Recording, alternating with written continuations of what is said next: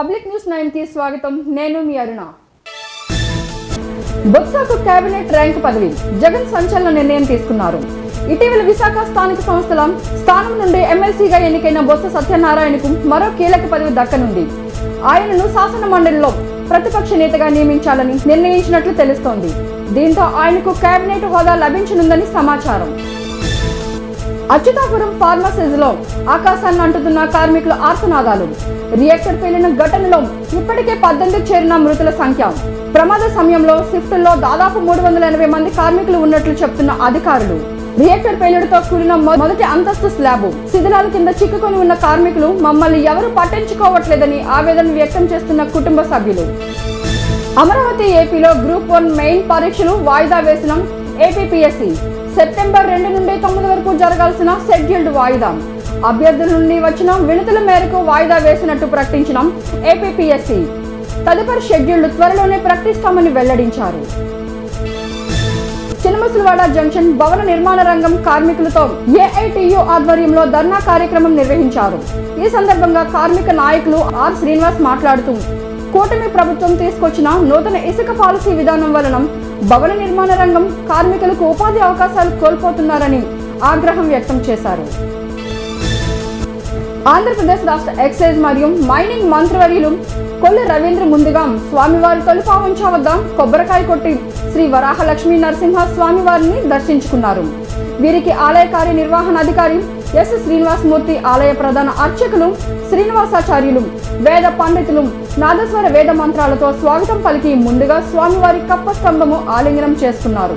ఆ తదుపరి నాదస్వదాలతో బేడ మండపం ప్రదక్షిణానంతరము స్వామివారి అంతరాలయ దర్శనము అనంతరము వేద పండితులచే వేద ఆశీర్వచనము ఇచ్చి ఆలయ కార్యనిర్వహణ అధికారి స్వామివారి చిత్రపటము ప్రసాదమును అందజేశారు.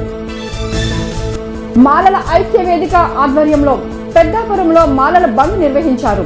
ఎస్సీ వర్గీకరణకు అనుకూలంగా సుప్రీంకోర్టు ఇచ్చిన తీర్పును పునరాలోచన చేయాలని మాలలు డిమాండ్ చేశారు. అండర్ గ్రౌండ్ యూజీడీ వర్క్ పనుల పరిశీలనకు 10 అడుగుల మ్యాన్ హోల్లో దిగిన జాకీర్ మృతి చెందాడు. మ్యాన్ హోల్లో దిగిన జాకీర్ కు ఒక్కసారిగా ఆక్సిజన్ అందకపోవడంతో మృతి చెందాడు. తాడు సహాయంతో స్థానికులు బయటకు తీయడానికి ఎంత ప్రయత్నించినా వీలు పడలేదు. చివరికి పోలీసుల సహాయంతో బయటకు తీసిన జాకీర్ ను స్థానిక ప్రైవేట్ ఆసుపత్రికి తరలించగా డాక్టర్లు జాకీర్ మృతి చెందినట్లు తెలియజేశారు. ఈ మధ్య కాలంలో బంగారం రేట్లలో హెచ్చుతగ్గులు కనిపిస్తున్నాయి. తాజాగా బంగారం రేట్లు మళ్లీ పెరిగాయి. హైదరాబాద్ మార్కెట్ లో 10 గ్రాములు 24 క్యారెట్ల పసిడి 550 పెరిగి 73,200కు చేరింది. 10 గ్రాముల 22 క్యారెట్ల బంగారం 500 పెరిగి 67,100కు పెరుగుతోంది. దేశ రాజధాని ఢిల్లీలో 22 క్యారెట్ల తులం బంగారం ధర 67,250 ఉండగా 24 క్యారెట్ల 10 గ్రాముల ధర 73,350 వద్ద కొనసాగుతోంది. 18 క్యారెట్ల బంగారం ధర 53,800గా ఉంది. పెందుర్తి నియోజకవర్గం పినగాడి 4 రోడ్ల కూడలిలో భారతీయ జనతా పార్టీ విశాఖ జిల్లా కార్యదర్శి నాదెళ్ల జ్యోతి ఆధ్వర్యంలో కలకత్తా జూనియర్ డాక్టర్ పై జరిగిన సంఘటనపై నిరసిస్తూ భారీ ర్యాలీ మరియు మానవహారం ప్రదర్శించడం జరిగింది.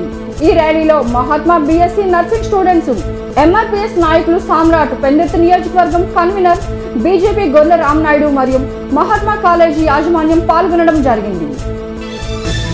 ఇవండి ఈరోజు వార్తా విశేషాలు. మరిన్ని వార్తా విశేషాలతో మరో ఎక్స్ప్రెస్ న్యూస్ లో కలుసుకుందాం.